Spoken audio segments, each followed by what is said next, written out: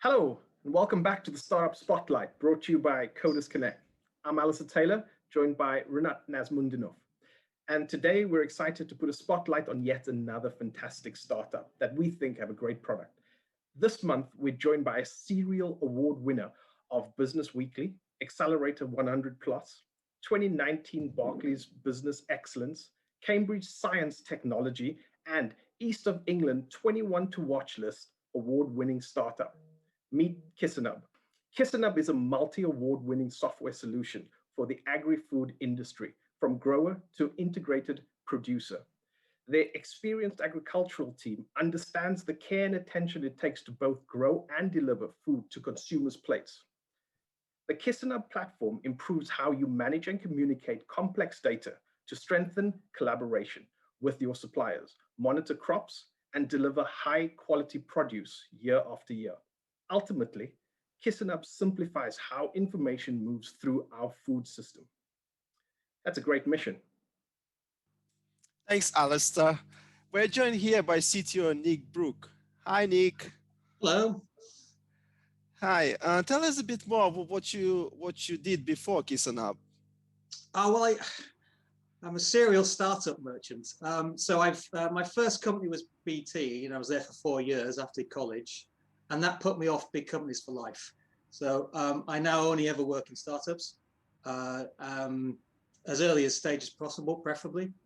So I've worked in quite a number actually over the years. Let's see, point-to-point, point-to-multipoint, wireless broadband, digital signage, mobile phone search engine, a mobile phone-based configurable user interface. That was fun. So quite a few over the years of various different types. Most recently, before KisanHub, it was a peer-to-peer finance analytics website. All tend to be SaaS-based. And then I discovered KisanHub. Wow, very interesting, really cool. Yeah.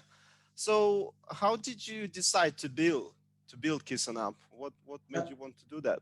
Well, I'm not one of the sort of co-founders. I came on when they were about 3 or 4 years into the story. But at the time, they were thinking they were changing the focus of the product. They were pivoting away from a farm management software into more of a supply chain based solution, a crop supply chain solution, the whole seed to sale thing. And that really interested me. This seemed like an industry that was crying out for innovation. My rough rule of thumb is count the spreadsheets. And if there's lots of spreadsheets in a particular industry, then that needs to be disrupted. And so yeah, it looked like a very interesting solution. And they had, they wanted to build out the enterprise and this whole supply chain stuff. So I thought, yeah, that looked like fun. Oh, wow, cool. Really interesting. And how long you've been doing that? And how is the journey so far? Well, I've been doing it for nearly 3 years now, actually. So yeah, really exciting stuff. Certainly we've the things we've released recently are, we've released paperless load passports, which you can see that on our website, and that's well, I've got a calculation here which saves at least 1 tree for every 100 tons supplied, which I think is a great calculation. It's essentially, it's all in the same story of automating what would be normally a manual process of collecting data, going out to someone, phoning them up, collecting on a spreadsheet, moving it to another spreadsheet, moving it to a third spreadsheet, printing it out, sending it to someone, and all that kind of long-winded, cumbersome, and error-prone solution. And you adopt KisanHub and you do away with large swathes of that. So you've now got a SaaS-based product which just gives you the information you want and lets you make sensible decisions and quick decisions. Whereas before, you take a long time, and it's just slow, cumbersome. So it's really exciting to see, to work in a product where you've got that kind of potential for disruption. And yeah, it's just nice. I love working in small teams, and it's just nice to see, the speed of evolution. It's one of the advantages of working in SaaS is when you've got a, when you've got a SaaS-based system, you get that kind of immediate feedback. You can release your stuff and it's out there. And in fact, we have an automated deploy system. We deploy our code several times a day. And so we just get that really, really fast feedback. And it's just, yeah, you can't beat that. Indeed, really exciting. Yeah, incredible stuff. So, so what's the future look like so far? I mean, like any insights on the road for the roadmap? Okay, so obviously we did just release paperless load passports. The next big thing actually is a redesign of our mobile app, which would be pretty cool. So that should make the whole thing a lot slicker. Everything will work offline. Everything will work it'll be multilingual by default, including Spanish. So that's probably one of the exciting things from that point of view. And that just kind of, we do have applications at the moment, and we have Android and iOS applications. This is just a really natural evolution of that. That'll be faster, slicker, properly multilingual. They're also moving into a lot more to do with quality. So we've got a lot of things to do with crop quality, because that's what our customers are really concerned with. Quality. It's one of the most important things. You know, if you've just bought 1,000 tons of potatoes, it turns up at the factory and it's the wrong quality level, the loads get rejected, you lose money. So it's really important that they track this. And of course, you can only know what the quality of the produce is going to be if you have the information all the way down the supply chain. You need to know what's going on in the farm. You need to know when the produce has moved from the farm to stores, what's going on in the stores. And so that's why our customers are users, because they really want this insight. They need to know this data. They need to have close ties with their growers because they need this insight. So that's super interesting. Like just thinking about it, I remember when Nick and I first spoke. My wife's Japanese, and around about the same time, I don't know why I got onto this YouTube clip of Corby beef. And remember that chat, Nick, we were sort of having about how I think one Kobe cow costs like 6 million or something, or 3 million. I can't remember exactly the figures. And a lot of it was about the grading of the quality of the produce in that particular instance. And I think the concept's the same, right? Yeah, it's fascinating. I've never really seen technology do this in this industry before. So yeah, really kudos to you guys. Quality is definitely. One of the other exciting things actually is while there's a lot to be said, a lot to be done for just automating the cumbersome error-prone process, and actually, just that is a big enough win for many customers. There is more we can do with remote sensing just to automate even more. So, for example, we use satellites and satellite imagery to automatically quantify the level of a crop while it's in the field. And then we can use that to determine, so for example, with potatoes, you can determine what the level of canopy is, because knowing how much leaves above the ground is actually vitally important for when you're making decisions about when to spray, when to harvest. And of course, the alternative to that is sending someone out to the field to have a look at it, which you can do. And that still happens a lot, and it's often the other way around. Oh dear. But it's obviously, if you can just get a satellite to give you that automatically throughout the season, then that's even better. And in fact, you can then get a lot more detail, because when you send something out to a field, and our product does support this, you take a photo of the field, we analyze the photo, we come up with a number to tell you what the crop canopy level is, but it's only what you can see. And these are large fields, often in England. Tell me, is change management a struggle for you? Because I'd imagine farmers being a little challenged. Yeah, conservative. Yeah, yeah. I think. Well, yes. It's sometimes harder to get people to adopt. I think sometimes the enterprises see the advantage perhaps before the farmers do, but then the onus is on us to make sure we provide enough value to the farmers. We're only as good as the input data. So if we have to make sure that KisanHub really works for our growers and really helps them do their job and saves them money. Satellite is one aspect of that, because satellite is the way that a grower can see, and they can look at the whole part of the field and go, oh yeah, that bit's doing well, that bit's not doing quite so well. Yeah, it brings it alive for them. Yeah, and it should be said that we never charge growers. Growers we charge the enterprises for access. The growers just get on the system for free. Makes sense. Makes sense. It's only as good as the growers. So yes, the remote sensing stuff, the satellite, we do a lot with weather as well. So that's certainly going to come into play a lot more in the medium term, and we use a lot of this extra additional data to try and feed into the system and inform decisions. Cool.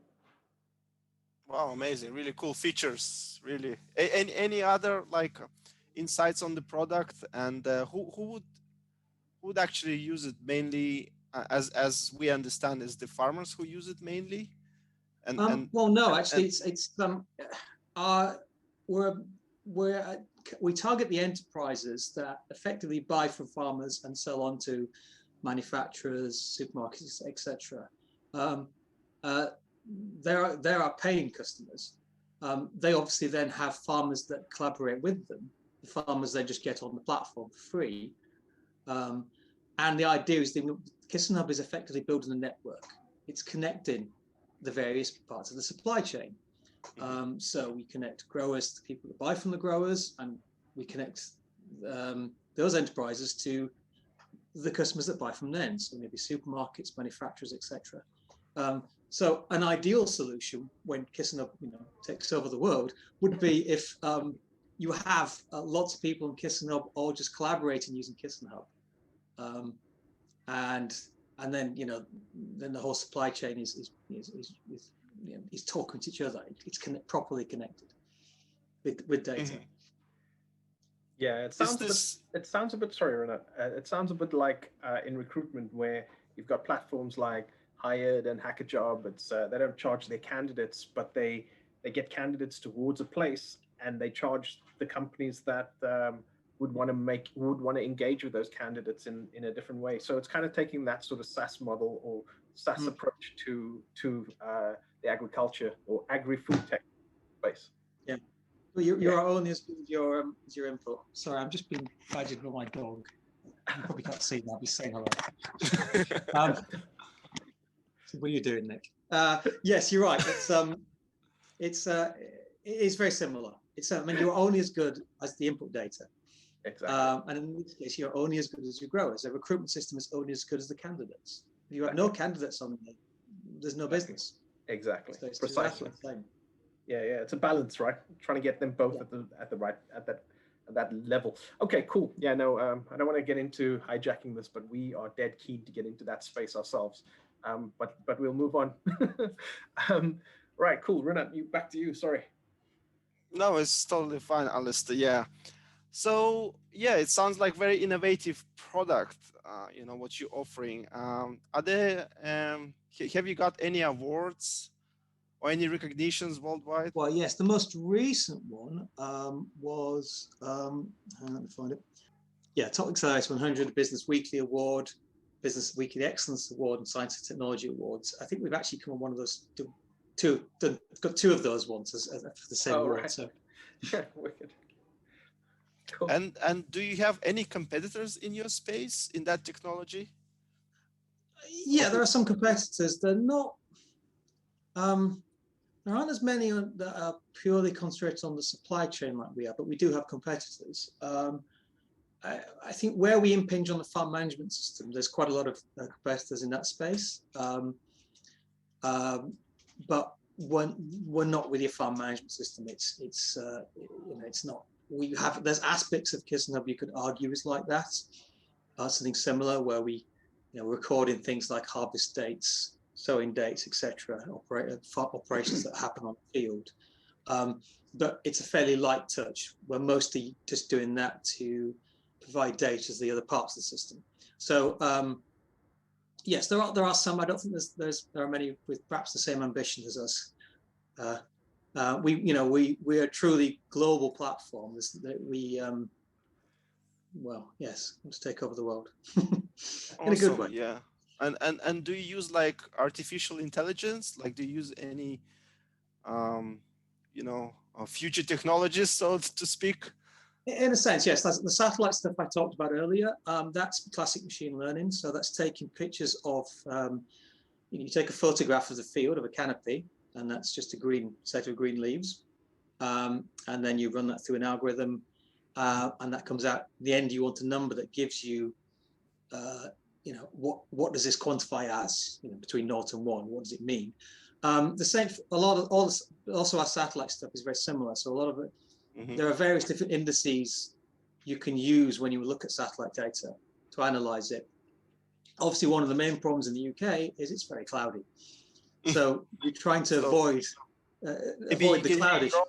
Maybe you can use drones, like drone technology. Have you tried to use that? I think drone technology eventually, I don't think we're there yet. It's too expensive at the moment. Satellite's very cheap. It's amazingly cheap. It's surprisingly I would be thinking that satellite technology is expensive. But I guess it's shared. I thought that as well before we started using it. No, it's the least of my costs. I don't worry about the satellite cost at all. It's just lost in the noise. So actually, the big problem with satellite is just coping with the weather. In other parts of Europe, like we have clients in South Africa and Greece, etc., it's not as much of a problem. But in the UK, it's wet. But there are things you can do with that. There are different indices. There are different things you can look at infrareds. There are other things you can do with the data and other data inputs you can take to actually work around the cloud problem. And that's one of the exciting things we're also doing is tweaking our algorithms so we can work around lousy British weather. And that's all classic machine learning stuff. Yeah, I spoke to one developer. He was working on computer vision with infrared imaging as well, So yeah, there are a lot of possibilities, I guess. Yeah. It's any other ideas you want to bring on with your product, with your platform?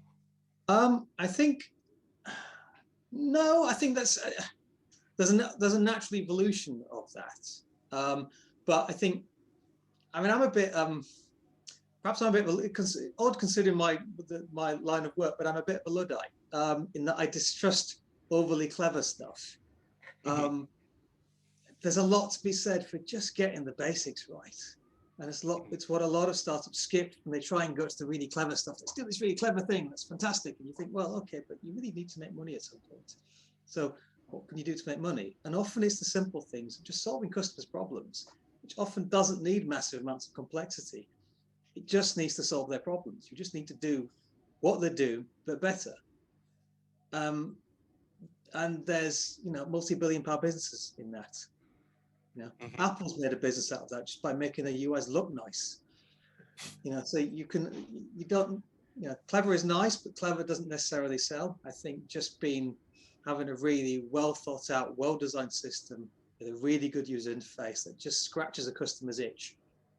I think that's the sweet spot. Cool, really interesting. I was gonna also ask you, I think it's like off the subject maybe of your product, but what do you think of genetically modified crops? And I think they're great. One of the most annoying things about this whole GM brouhaha is you ask people who are violently against it, and you ask, well, how exactly do you think multiple varieties are created at the moment? They take a seed and they irradiate it to force mutations. And that's how they come up with new varieties. So, and all GM is doing is putting a bit more science behind it. Rather than just randomly mutate something and hope one of the things works out well, you try and say, okay, I know I want this particular gene and this particular sequence. That's good. I know that works. I can test it works. Well, let's do this in a scientific way, rather than just aim for pot luck. So GM is simply a natural evolution of what we've been doing for millennia.